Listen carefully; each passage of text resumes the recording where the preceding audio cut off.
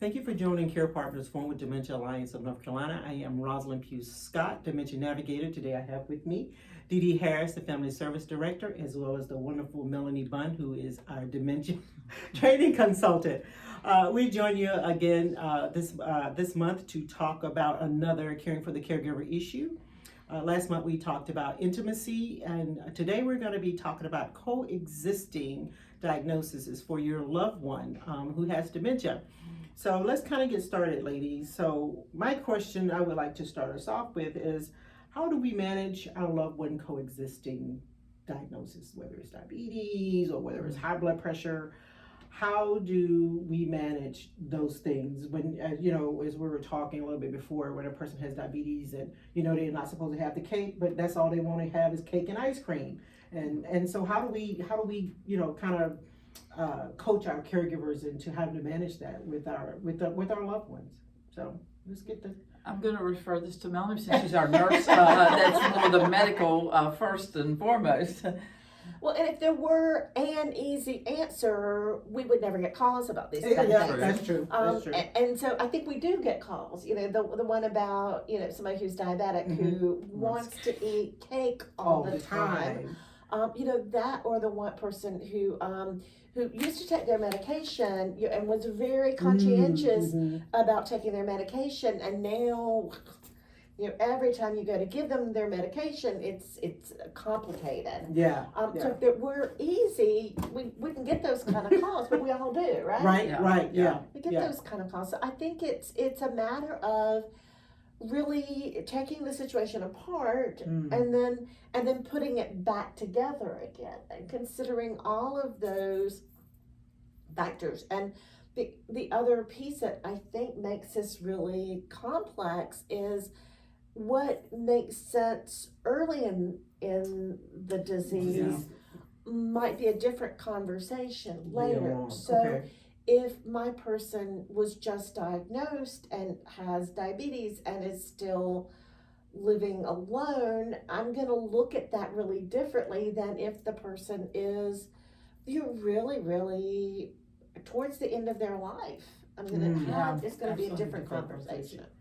I wrote that down because I wanted to remember to address what you were saying about, where they may be based on, if they're at the end of life. I had a family caregiver was having this issue actually with diabetes and was saying that, her dad was 90, and it doesn't really matter at this point if I let him eat ice cream if that's the only thing that he's going to eat. So those kinds of things do come up, in conversations. And for me, it was hard to answer that because I'm not clinical. So it's like, well, yeah, just let him eat. He's 90, just let him eat everything. So And winding up in the hospital in a diabetic coma. But he's 90, so it's okay. It's easier to let him have the ice cream than it is to try to manage the situation. I would say something like, well, don't buy ice cream. But just because you don't buy it doesn't mean it's not something that he's not going to crave or verbally ask for still. So very challenging situation for me. I don't remember what I said, but I just, now that, we're having this conversation, what should I have said, in response to that, Tell me more. Tell me more. So let's really talk about it. Let's talk about, is it all the time? Is it certain times of the day? Is it certain types of things? Is it can you give the person a teaspoon of ice cream and they're fine, or do they want a whole gallon? So we can really talk about and figure these things out and find where is that balance of managing a health condition that is coexisting with dementia that's within a human being. So you've got to find that balance. This could be anything from this idea, or when do we start monitoring and screening for things? When do we the person had some cancer and there is a monitoring piece of that that we do for a while and makes sense for a while, and then we have the conversation that maybe we don't do that now because it's inconsistent with where we are in life. Could there also be like a substitute? You know that For sweets? yeah. For Tell me about it. No. Tell me more. No. Could we make a suggestion, like, instead of ice cream, maybe like, I don't know, a sherbet or something that's less sugary? Yeah. And so that's where that conversation. So one of the things I tend to not do Mm-hmm. is give people answers. Okay. And the reason I rarely give people answers Mhm. is because it starts to make people sound like tugboats. You know, Mhm. but. You know, and so if I say, what about if you try, Mhm. sherbet? Well, he doesn't like sherbet. And so I'll say, so, what kinds of things have you already tried? Yeah. And what happened when you tried those? And then, let's talk about what is it about the ice cream that he really likes? Well, he really likes the richness of the ice cream. Mm. Okay, so what can we do that maybe we can, That's very helpful. yeah. And That's so very really, my first steps are really to explore. Okay. Yeah. And so you can do some of that on your own. You can Mhm. really think about what is it about the ice cream that he really likes, or what Mhm. is it, mom had arthritis Mm-hmm. and used to take something for pain, Mm-hmm. when she needed it, and now she either doesn't have the language to Absolutely. express it, or she doesn't have the ability to interpret the physical sensations. But I can tell when she gets up in the morning, she's walking like she's hurting. Right. And if I ask her, do you want something for pain? She's going to say no. Right. So Okay. how do I kind of adapt Mm. my questions to the health condition in the vessel Right. of dementia? Yeah. So it sounds a lot what you're telling the caregivers is one, we're asking them the question, but they need to think about those questions. Right. But also to be a little detective. In other words, you're looking at more than just what they're saying. Right. You're looking at it, like you said, and looking at, like you said, what health conditions did they have in the past? Mhm. And just because they have dementia, those healthcare things don't go away. So Right. if you have arthritis and you've been in pain for 20 years, you're still going to have pain with dementia, Yeah. even though you can't.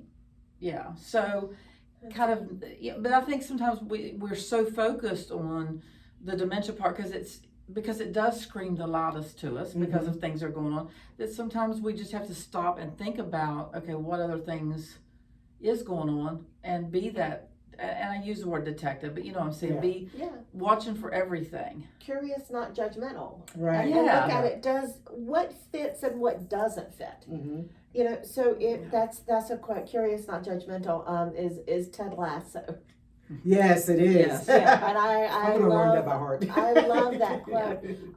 But to start thinking about what doesn't fit. So if it used to be this way and now all of a sudden it's this way, it doesn't fit. Mhm. If the diagnosis is Alzheimer's disease, if Mhm. the diagnosis is vascular dementia, and we're looking at more stepwise progression, maybe that we look at it differently. But if it's Alzheimer's disease, we're expecting this kind of slow change. Mhm. Something happens like that, I've got to not judge Mhm. and say, oh, her dementia has progressed, maybe. Right. And, starting with that, is there something I can fix? Right. So really exploring and getting more information rather than less. Yeah.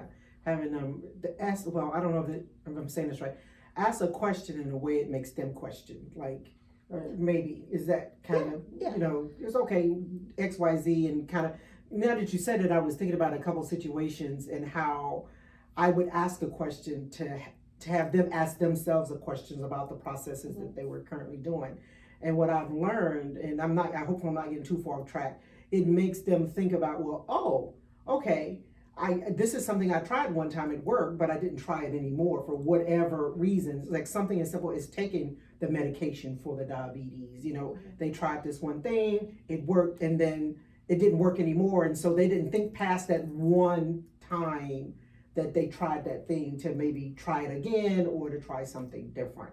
So, it's not so overwhelming and challenging when you're dealing with a person that that has to take medicine for several other different kinds of things. And I think this is also a really good place to talk about who else might be on your team.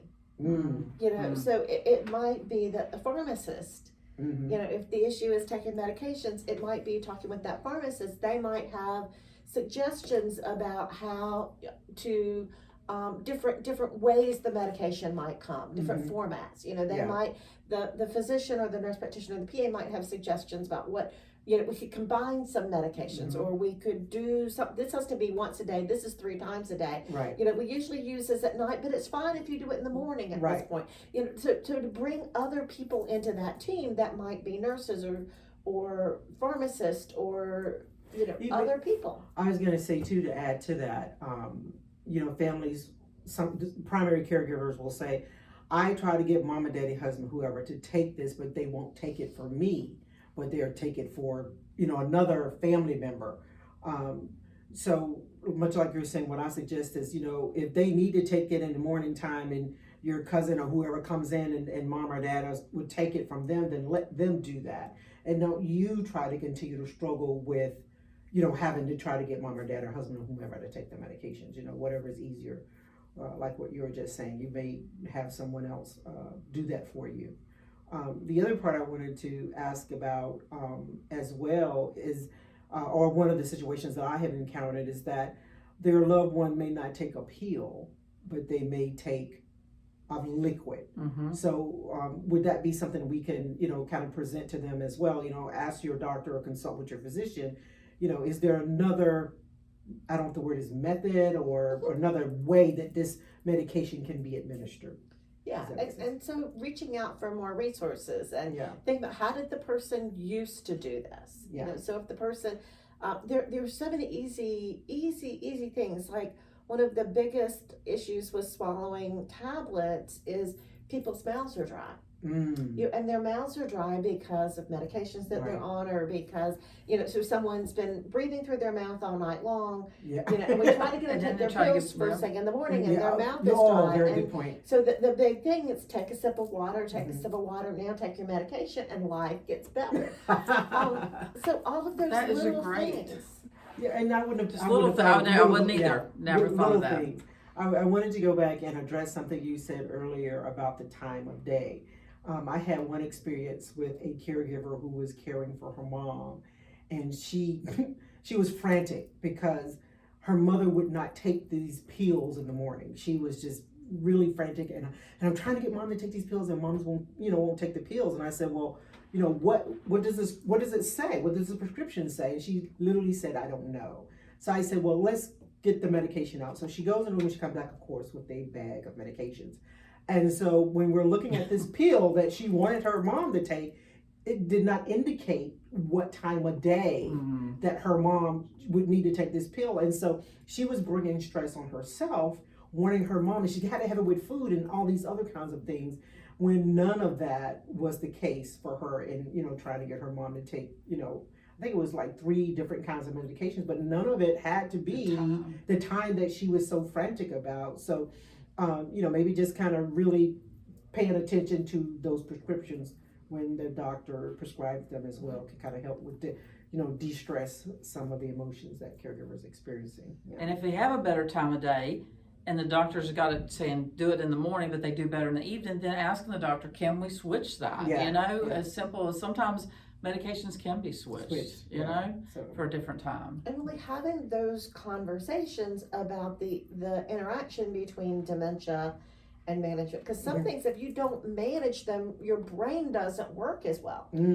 So if you don't take your thyroid medicine, your brain is not going to work as well. If you don't get enough sleep, your brain is not going to work as well. If people lose weight and the medication that used to be appropriate for managing the condition isn't what they need anymore. So it's talk out of both sides of my mouth. It's kind of to have a real sense of what have we always done? What did we used to do? What's the history of it? And it's very dynamic. Right. And what used to work might not be the appropriate thing for now. Right. Wow. But it is important. It's not just, oh, she's got dementia. We give up on all the that's not often in people's best interest. Right. But finding that where does that slide around to as far as how tight are we going to manage something? Right. Where can we give a little bit and not lose anything? Mm-hmm. We've got to be really careful with administering insulin. Right. That's something we just can't mess Get around around. with. Yeah, you can't get around that. And other things, so having those conversations and realizing, great comment that just because we used to do it one way, that doesn't mean it's still Has to be the that. way Have it to be makes that way. sense. Yeah. And I'm going to take it to a whole different level here. Take it. Going to take it to a whole different level because you actually did bring in just a little bit about like cancer even. I mean, we think about diabetes, we think about arthritis, we think about heart disease because those are things that have been with us, forever, thyroid. Yeah. But we do have a lot of people who even these issues, but definitely I get a lot of calls where people are dealing with cancer and dementia at the same time. And there's a lot of questions that comes to families in that about treatment and things like that. And not that we're here to solve that issue today, but one thing I do want to put out there, because it seems like a misconception is there are great organizations like hospice and palliative care that can speak to families long before it's even needed. And so I think even in these issues, even if it's heart issues, it's a chronic issue, there can be times where there is somebody that can help you think through some of these things. Like, when is it time to go off medicine? When is it time to do things like that? So my encouragement would be, talk to hospice, talk to the palliative care people before you need it, even to find out when it might be appropriate. Yeah, instead of just saying, well, my dad is 90, I mean, we're just going to let him eat ice cream or, discontinue his medications or whatever. So that's a good point, Dee Dee. I hadn't thought about that. I mean, they're the professionals in this. As Melanie, we have Melanie, of course, she's our professional with everything. But I mean, seriously, I have found that there's such great resource, and we are talking about other diseases with it. And I know everybody's not at that point. Right. But even in pain management, there's a lot of people who can get palliative pain management. Wow. While they're still being able to continue with other treatments. So we just want to make people aware of that. Thank you. That's a good point. This is a good conversation. And there's a whole another conversation we could have. which is we've been talking about physical kinds of things, physical health conditions, and I think we would leave a big gap if we didn't bring up management of coexisting emotional, psychological kinds of issues as well. Wow. Imagine the impact of a person with dementia that has schizophrenia or some other type of mental illness. And I actually did once the caregiver herself was she was schizophrenic. I know we're talking about the person with dementia, and I'm probably veering off a little bit, but a person with that diagnosis taking care of a person with dementia who has behavioral, symptoms that maybe at this point has not been diagnosed as a mental health issue, and put all of that in the pot and see, what you come out with. And it gets really complicated because we talk about dementia changing the rules, and I work a lot with people with developmental disabilities, and so the things that we're working, the having small goals and to having kind of that if-then kind of natural consequences approach. You do that with people with developmental disabilities, and you can be really successful. If you have a person in your family who has chronic mental illness and you're involved with support groups for family members of people with chronic, it's setting limits. Right. It's those kinds of strategies that are so successful with people with chronic mental illness, with people with developmental disabilities, intellectual development, all kinds of other things that impact brains. They don't work with dementia. And so building those new skills and new expectations and a new group of care partners. Wow. A new group, meaning people on your team. Exactly. Because the therapist that you were seeing, who deals mostly with chronic mental illness and talks a lot about setting boundaries, may not be the person who is the only person you work with when now the issue is dementia.